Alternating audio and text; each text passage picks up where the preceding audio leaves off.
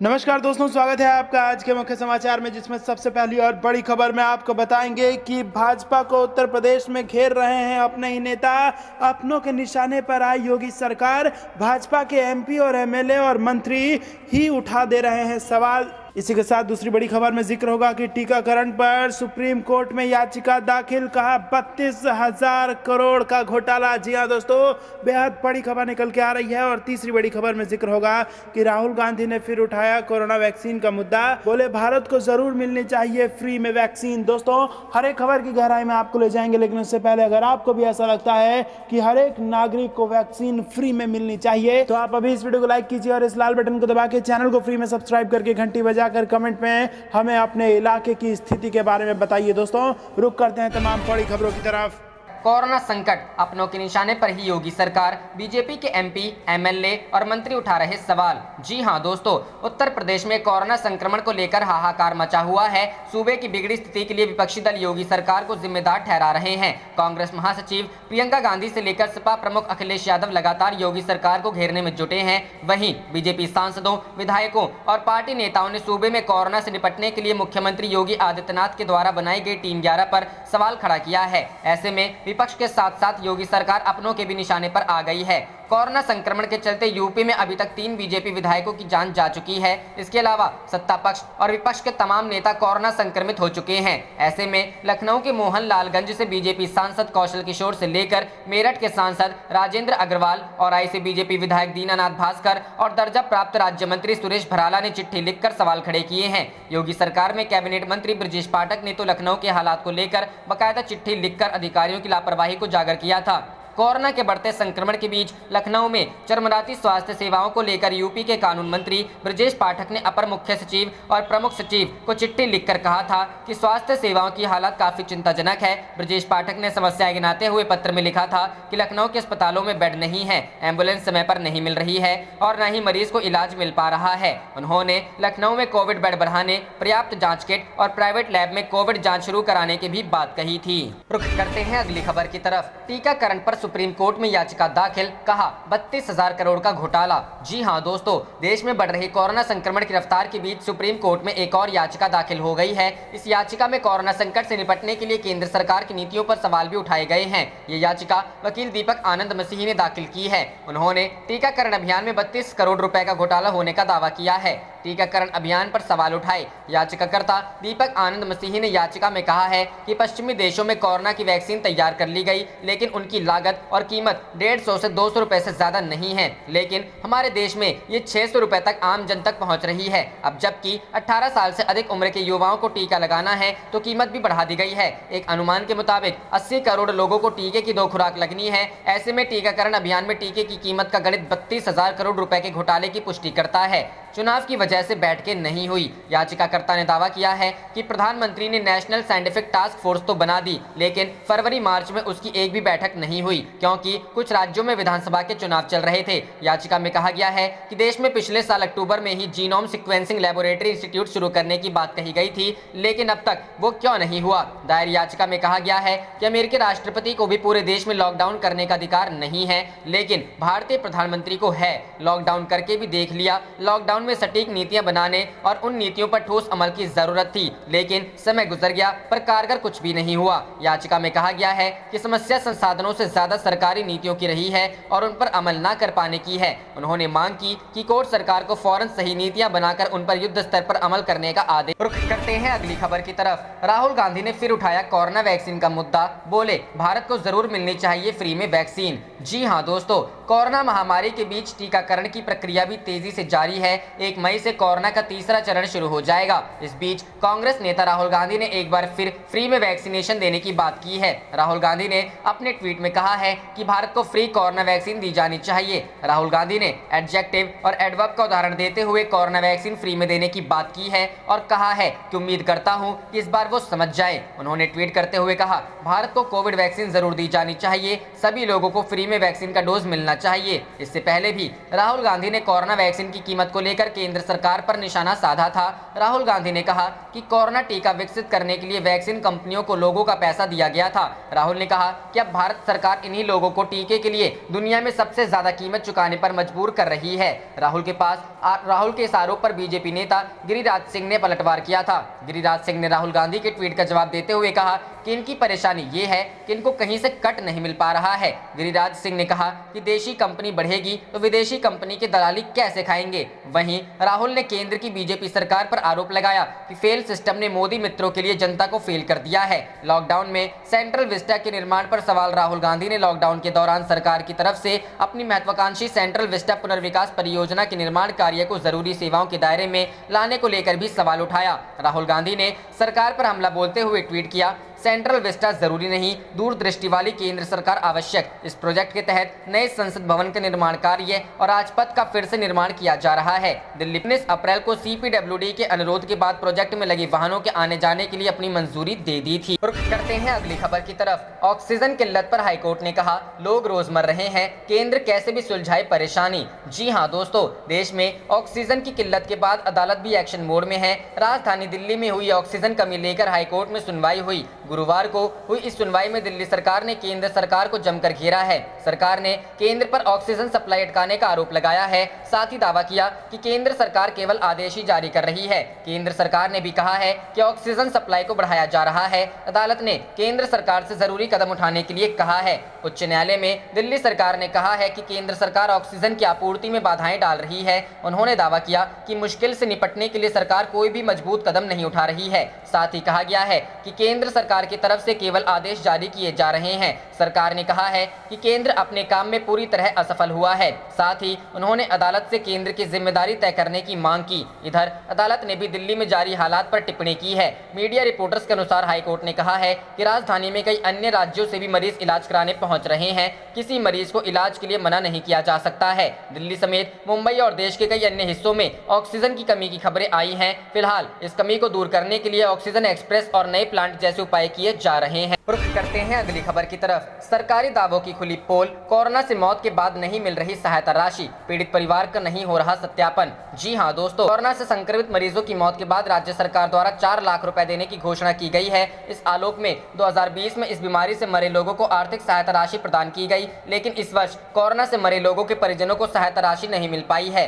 Corona संक्रमित मरीजों की प्राइवेट या सरकारी अस्पताल में मौत के बाद राज्य सरकार द्वारा आर्थिक सहायता देने के लिए मरीज के मूल निवास भौतिक सत्यापन संबंधित अंचलाधिकारी द्वारा किया जाता है। पटना जिले में इस वर्ष कितने मरीजों की मौत होने के बाद आर्थिक सहायता के लिए सूचीबद्ध किया गया है, अभी तक इसकी सूची ही नहीं जारी की गई है। कलेक्ट्रेट स्थित आपदा प्रबंधन शाखा में इससे संबंधित जानकारी लेने के लिए हर रोज लोग आ रहे हैं। अधिकारियों का कहना है कि वर्तमान में संक्रमण इतना तेज है कि किसी अंचल में भौतिक सत्यापन नहीं हो रहा है। राज्य स्वास्थ्य समिति से मुख्यमंत्री सचिवालय को सूची भेजी जाती है तथा मुख्यमंत्री सचिवालय से संबंधित जिले में मृतकों के लिए राशि प्रदान की जाती है, लेकिन यह काम अभी ठप पड़ा हुआ है। यही कारण है कि आर्थिक सहायता लोगों को नहीं मिल पा रही है। करते हैं अगली खबर की तरफ। कोविड-19, कांग्रेस ने की स्वास्थ्य मंत्री हर्षवर्धन को बर्खास्त करने की मांग। चिदंबरम बोले, जनता को विद्रोह कर देना चाहिए। जी हां दोस्तों, कांग्रेस ने केंद्रीय स्वास्थ्य मंत्री हर्षवर्धन के एक बयान को लेकर बुधवार को उन पर निशाना साधा और उन्हें मंत्री पद से बर्खास्त करने की मांग की। पार्टी के वरिष्ठ नेता पी चिदंबरम ने यह भी कहा कि भारत के सभी लोगों को मूर्ख समझ रही सरकार के खिलाफ जनता को विद्रोह कर देना चाहिए। वहीं पार्टी प्रवक्ता सुप्रिया श्रीनेत ने हर्षवर्धन को बर्खास्त करने की मांग की है। चिदंबरम ने ट्वीट किया, मैं केंद्रीय स्वास्थ्य मंत्री हर्षवर्धन के उस बयान से आक्रोशित हूं कि ऑक्सीजन, वैक्सीन और रेमडेसिविर की कोई कमी नहीं है। मैं उत्तर प्रदेश के मुख्यमंत्री योगी आदित्यनाथ के उस बयान से भी आक्रोशित हूं कि प्रदेश में टीके की कोई कमी नहीं है। पूर्व केंद्रीय मंत्री ने एक अन्य ट्वीट में लिखा कि क्या टीवी चैनलों पर चल रहे सारे विजुअल्स, अखबारों की खबरें झूठी हैं? क्या डॉक्टर झूठ बोल रहे हैं? क्या मरीजों के परिजन झूठ बोल रहे हैं? क्या सारे वीडियो और फोटो फर्जी हैं? चिदंबरम ने कहा, जनता को उस सरकार के खिलाफ विद्रोह करना चाहिए जो यह मानकर चल रही है कि भारत के सभी लोग मूर्ख हैं। कांग्रेस प्रवक्ता सुप्रिया श्रीनेत ने भी डॉक्टर हर्षवर्धन पर हमला बोला। उन्होंने कहा, अस्पतालों में उपचार नहीं मिल रहा है, ऑक्सीजन की कमी बरकरार है, लोग त्राहिमाम कर रहे हैं, शमशान और कब्रिस्तानों में जगह नहीं बची है। इस स्थिति के बावजूद स्वास्थ्य मंत्री कहते हैं कि इस साल स्थिति पिछले साल से बेहतर है। उन्होंने आरोप लगाया, ऐसा लगता है कि वो मानवता का मूल धर्म भूल चुके हैं, सत्ता के अहंकार में इतने चूर हैं कि वो लोगों की वेदना भूल गए हैं। गौरतलब है कि केंद्रीय स्वास्थ्य मंत्री हर्षवर्धन मंगलवार को एक वेबिनार में कहा था कि 2021 में देश पिछले साल की तुलना में महामारी को हराने के लिए अधिक अनुभव के साथ मानसिक और भौतिक रूप से बेहतर तैयार है। सुप्रिया ने उत्तर प्रदेश में कोरोना संक्रमण की स्थिति को भी चिंताजनक करार दिया और दावा किया कि मुख्यमंत्री योगी आदित्यनाथ और उनकी सरकार संवेदनशीलता दिखाने की बजाय लोगों को धमका रहे हैं। रुख करते हैं अगली खबर की तरफ। राहुल गांधी ने वैक्सीन की कीमतों को लेकर केंद्र पर साधा निशाना, बोले मोदी मित्रों के फायदे के लिए। जी हां दोस्तों, कोरोना वायरस संक्रमित कांग्रेस के पूर्व अध्यक्ष राहुल गांधी फिलहाल होम क्वारंटीन में अपना समय बिता रहे हैं। सोशल मीडिया पर काफी एक्टिव रहने वाले राहुल गांधी क्वारंटीन पीरियड में भी केंद्र सरकार पर निशाना साधने का मौका नहीं छोड़ रहे। अपने ताजा ट्वीट में राहुल गांधी के कोरोना वैक्सीन की कीमतों को लेकर प्रधानमंत्री नरेंद्र मोदी के नेतृत्व वाली केंद्र सरकार पर निशाना साधा है। उन्होंने ट्वीट में कई न्यूज़पेपर की कटिंग भी शेयर की है। राहुल गांधी ने अपने ट्वीट में लिखा, वैक्सीन निर्माता कंपनियों को वैक्सीन बनाने के लिए देश की जनता का पैसा दिया गया। अब भारत सरकार उन्हीं लोगों से इस वैक्सीन के लिए दुनिया में सबसे अधिक कीमत का भुगतान करने के लिए कहेगी। एक बार फिर सिस्टम फेल साबित हुआ। मोदी मित्रों के फायदे के लिए नागरिक फेल रहा। राहुल गांधी ने अपने ट्वीट के साथ कई अंग्रेजी समाचार पत्रों की कटिंग साझा की है जिसमें वैक्सीन को लेकर सवाल उठाए गए हैं। यह पहली बार नहीं है जब राहुल गांधी ने कोरोना वायरस संकट को लेकर केंद्र पर निशाना साधा हो। इससे पहले उन्होंने एक ट्वीट कर मोदी सरकार के विजन पर सवाल उठाया था। राहुल गांधी ने ट्वीट कर लिखा कि अभी सेंट्रल विस्टा प्रोजेक्ट नहीं जरूरी है, अभी एक विजन वाली सरकार जरूरी है। एक दूसरी ट्वीट में राहुल ने लिखा कि एक दूसरे की सहायता करते आमजन दिखाते हैं कि किसी का दिल छूने के लिए हाथ छूने की जरूरत नहीं, मदद का हाथ बढ़ाते चलो, इस अंधे सिस्टम का सच दिखाते चलो। आपको बता दें कि कुछ दिनों पहले राहुल गांधी खुद भी कोरोना पॉजिटिव हो गए थे। हालांकि उन्हें ज्यादा दिक्कत नहीं है जिस वजह से वो घर पर ही क्वारंटीन हैं। रुख करते हैं अगली खबर की तरफ। रेमडेसिविर पर फटकार, दिल्ली हाईकोर्ट ने सरकार से कहा, लगता है आप लोगों को मारना चाहते हैं, नया प्रोटोकॉल समझ से परे। जी हां दोस्तों, दिल्ली उच्च न्यायालय ने बुधवार को रेमडेसिविर इंजेक्शन के इस्तेमाल करने के प्रोटोकॉल को देखते हुए मोदी सरकार को फटकार लगाई है। कोर्ट ने कहा कि ऐसा लगता है सरकार लोगों को मरने देना चाहती है और इसको बनाते वक्त दिमाग का बिल्कुल इस्तेमाल नहीं किया गया है। कोविड-19 के उपचार में रेमडेसिविर के इस्तेमाल को लेकर नए प्रोटोकॉल के मुताबिक केवल ऑक्सीजन पर निर्भर मरीजों को ही यह दवा दी जा सकती है। इस पर कोर्ट ने कहा कि ऐसा प्रतीत होता है कि केंद्र चाहता है कि लोग मरते रहें। अदालत ने कहा यह गलत है। ऐसा लगता है कि सरकार ने उपलब्धता को बढ़ाने की बजाय प्रोटोकॉल में ही बदलाव कर दिया है ताकि इंजेक्शन की कमी को छिपाया जा सके। न्यायमूर्ति प्रतिभा एम सिंह ने केंद्र सरकार से कहा यह गलत है, ऐसा लगता है दिमाग का बिल्कुल इस्तेमाल नहीं हुआ है। अब जिनके पास ऑक्सीजन की सुविधा नहीं है उन्हें रेमडेसिविर दवा नहीं मिलेगी। ऐसा प्रतीत होता है कि आप चाहते हैं लोग मरते रहें। उच्च न्यायालय ने कहा कि ऐसा लगता है कि केंद्र ने रेमडेसिविर की कमी की भरपाई के लिए प्रोटोकॉल ही बदल दिया है। अदालत ने कहा यह सरासर कुप्रबंधन है। अदालत ने कहा यह पूरी तरह से मिसमैनेजमेंट है। अदालत कोविड-19 से संक्रमित एक वकील की याचिका पर सुनवाई कर रही थी। उन्हें रेमडेसिविर की 6 खुराकों में केवल 3 खुराकें ही मिल पाई थी। अदालत के हस्तक्षेप के कारण वकील को मंगलवार रात बाकी खुराक मिल गई। इससे पहले दिल्ली हाईकोर्ट ने ऑक्सीजन की कमी को लेकर दिल्ली सरकार पर भी कड़ी टिप्पणी की थी। कोर्ट ने केजरीवाल सरकार को फटकार लगाते हुए कहा था कि ऐसा लगता है कि आपका सिस्टम पूरी तरह से फेल हो चुका है। बीते कुछ दिनों में सुप्रीम कोर्ट से लेकर देश के कई उच्च न्यायालयों ने कोविड प्रोटोकॉल के पालन, ऑक्सीजन की कमी और रेमडेसिविर इंजेक्शन की कालाबाजारी को लेकर कड़ी टिप्पणियां की हैं। बता दें कि देश में कोरोना वायरस संक्रमण के एक दिन में रिकॉर्ड 3,60,960 नए मामले सामने आए हैं, जिसके बाद संक्रमण के कुल मामले 1,79,09,267 हो गए हैं। केंद्रीय स्वास्थ्य मंत्रालय के बुधवार सुबह तक के आंकड़ों के मुताबिक 3,293 और लोगों की मौत होने के बाद मृतक संख्या 2 लाख को पार कर गई है। आंकड़ों के मुताबिक 1,48,17,371 लोग संक्रमण से उबर चुके हैं, जबकि बीमारी से मृत्यु दर 1.12% है। मंत्रालय ने बताया कि 29,68,709 लोग अब भी संक्रमण की चपेट में हैं, जो संक्रमण के कुल मामलों का 16.55% है, जबकि कोविड-19 से स्वस्थ होने की राष्ट्रीय दर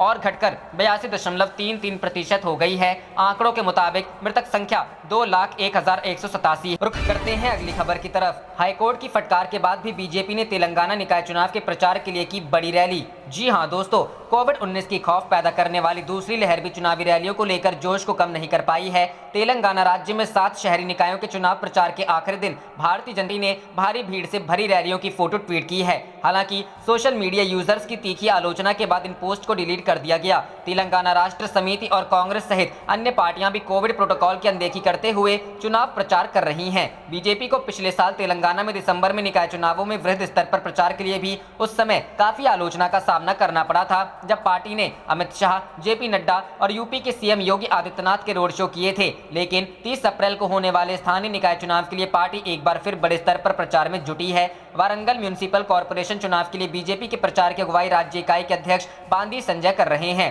उन्होंने एक मीटिंग में कहा कि बीजेपी का झंडा वारंगल में ऊंचा लहराना चाहिए। केंद्रीय गृह राज्य मंत्री जी किशन रेड्डी ने भी वारंगल और खम्मम में बड़ी बैठकों को संबोधित किया। उन्होंने लोगों से कहा कि राज्य के मुख्यमंत्री ने हेल्थ केयर को अनदेखा किया, जबकि पीएम नरेंद्र मोदी ने वारंगल में सुपर स्पेशलिटी हॉस्पिटल और ऑक्सीजन प्लांट को मंजूरी दी। सत्ताधारी तेलंगाना राज्य समिति भी प्रचार में बहुत पीछे नहीं है।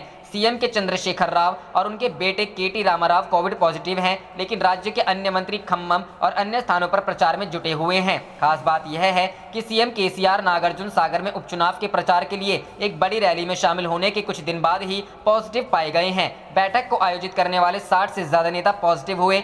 गौरतलब है कि मंगलवार की रैली ऐसे समय सामने आई है जब मद्रास हाईकोर्ट ने कोरोना महामारी के दौरान राजनीतिक रैलियों की अनुमति देने के लिए सोमवार को चुनाव आयोग की कड़ी आलोचना की थी। हाईकोर्ट के चीफ जस्टिस ने चुनाव आयोग के वकील से कहा, आपकी संस्था एकल रूप से कोविड-19 की दूसरी लहर के लिए जिम्मेदार है। कोर्ट ने कहा था कि यदि मतगणना का ब्लूप्रिंट नहीं रखा जाता है तो कोर्ट मतगणना पर रोक लगा देगी। कोरोना के प्रकोप को लेकर मद्रास हाईकोर्ट की फटकार के बाद चुनाव आयोग ने मंगलवार को विधानसभा चुनावों के नतीजों के ऐलान से पहले बड़ा फैसला लिया। आयोग के अनुसार नतीजों के बाद जीत के जुलूस पर पाबंदी होगी, यानी कि जीत का जश्न सड़कों पर मनाने की मनाही होगी। रुख करते हैं अगली खबर की तरफ। बड़ा आरोप, तृणमूल कांग्रेस ने कहा केंद्र और निर्वाचन आयोग के हाथ कोविड-19 मरीजों के खून से सने। जी हां दोस्तों, तृणमूल कांग्रेस ने बुधवार को केंद्र की भाजपा नेतृत्व वाली सरकार और निर्वाचन आयोग पर निशाना साधते हुए कहा कि उनके हाथ कोविड-19 मरीजों के खून से सने हैं, क्योंकि कोरोना वायरस के गंभीर खतरे को उन्होंने नजरअंदाज किया। तृणमूल कांग्रेस ने कहा कि नजरअंदाज किए जाने के कारण ही अप्रैल महीने के दौरान पश्चिम बंगाल में महामारी तेजी से फैलती गई। तृणमूल कांग्रेस के सांसद सौगत राय ने संवाददाताओं से कहा कि अप्रैल में प्रधानमंत्री नरेंद्र मोदी और केंद्रीय गृह मंत्री अमित शाह ने 50 रैलियों को संबोधित किया। कोविड-19 के मामलों में लगातार बढ़ोतरी के बावजूद हर दिन औसतन 2 जनसभा आयोजित की गई। उन्होंने कहा कि निर्वाचन आयोग ने अंतिम 3 चरण के चुनाव एक साथ कराने के तृणमूल कांग्रेस के अनुरोध को मानने से इनकार कर दिया। इस वजह से अंतिम के 2 चरण में 26 अप्रैल और 29 अप्रैल को मतदान कर्मियों समेत 1.4 करोड़ से ज्यादा लोगों के संक्रमित होने का खतरा बना रहेगा। राय ने कहा कि केंद्र और निर्वाचन आयोग के हाथों पर कोविड-19 मरीजों का खून है, क्योंकि उन्होंने लोगों के स्वास्थ्य को खतरे की अपेक्षा और अपने एजेंडे पर डटे रहे। मद्रास उच्च न्यायालय ने भी निर्वाचन आयोग को फटकार लगाई है। हमला जारी रखते हुए राय ने कहा कि केंद्र में भाजपा नेतृत्व वाली सरकार और निर्वाचन आयोग के कदमों के कारण अप्रैल में पश्चिम बंगाल में महामारी फैलती गई। मार्च में संक्रमण उतना नहीं फैला था। उन्होंने आरोप लगाया कि नरेंद्र मोदी की नेतृत्व वाली सरकार ने कोरोना वायरस टीकाकरण के संबंध में भी लोगों को गुमराह। रुख करते हैं अगली खबर की तरफ। अंधे सिस्टम का सच दिखाते चलो, कोविड हालातों को लेकर मोदी सरकार पर फिर बरसे राहुल गांधी। जी हां दोस्तों, कोविड संक्रमण के बढ़ते मामलों के बीच कांग्रेस के पूर्व अध्यक्ष राहुल गांधी की मोदी सरकार के खिलाफ तेवरों में आक्रामकता देखी जा रही है। बुधवार को राहुल गांधी ने एक बार फिर सरकार के खिलाफ ट्विटर के जरिए मोर्चा खोलते हुए इसे अंधा सिस्टम करार दिया। उन्होंने लिखा कि एक दूसरे की सहायता करने आमजन दिखाते हैं कि किसी का दिल छूने के हाथ खून छूने की जरूरत नहीं है, मदद के हाथ बढ़ाते चलो, इस अंधे सिस्टम का सच दिखाते चलो। इससे पहले भी राहुल गांधी कोविड के हालातों को लेकर मोदी सरकार का घेराव करते रहे हैं। हाल ही में उन्होंने देश में सभी को मुफ्त वैक्सीन देने की वकालत की थी और इन हालातों में सेंट्रल विस्टा परियोजना के काम जारी रहने पर भी सवाल उठाए थे।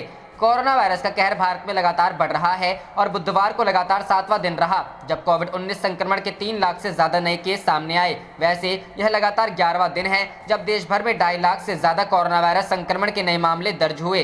केंद्रीय स्वास्थ्य एवं परिवार कल्याण मंत्रालय द्वारा बुधवार सुबह जारी किए गए ताजा तरीन आंकड़ों के मुताबिक भारत में पिछले 24 घंटों के दौरान 3,60,960 नए कोविड केस दर्ज किए गए, जो अब तक एक दिन में दर्ज हुए केसों का सबसे बड़ा आंकड़ा है। रुख करते हैं अगली खबर की तरफ। यूपी पंचायत चुनाव ड्यूटी करने वाले 135 शिक्षकों की मौत, हाईकोर्ट की फटकार, कौन है जिम्मेदार? जी हां दोस्तों, उत्तर प्रदेश में कोरोना संक्रमण के मामले लगातार बढ़ते जा रहे हैं। ऐसे कोरोना संकट के बीच पंचायत चुनाव ड्यूटी में लगे 135 शिक्षकों की मौत का मामला सामने आया है। शिक्षकों की मौत पर संज्ञान लेते हुए इलाहाबाद हाईकोर्ट ने राज्य चुनाव आयोग को नोटिस जारी किया है। साथ ही हाईकोर्ट ने आयोग से कहा कि पंचायत चुनाव के दौरान कोविड प्रोटोकॉल्स लागू नहीं करवाने पर आपके और आपके अधिकारियों के खिलाफ कार्रवाई क्यों नहीं की जाए। दरअसल एक हिंदी अखबार की रिपोर्ट के मुताबिक यूपी पंचायत चुनाव में ड्यूटी करने वाले 135 शिक्षक, शिक्षा मित्र और अनुदेशकों की मृत्यु हो गई है। इसके अलावा पंचायत चुनाव में प्रथम चरण के प्रशिक्षण से लेकर तीसरे चरण के मतदान तक हजारों शिक्षक, शिक्षा मित्र